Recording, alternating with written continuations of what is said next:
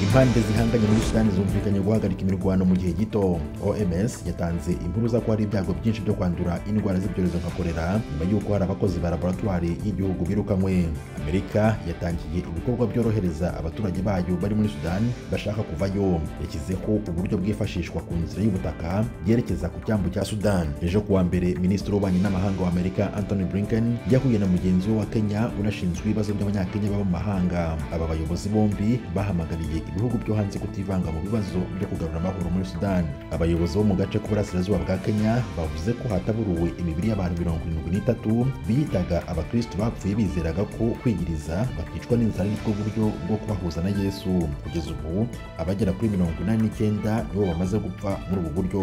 Uyu ni umunsi mpuzamahanga wahariwe kurwanya malariya.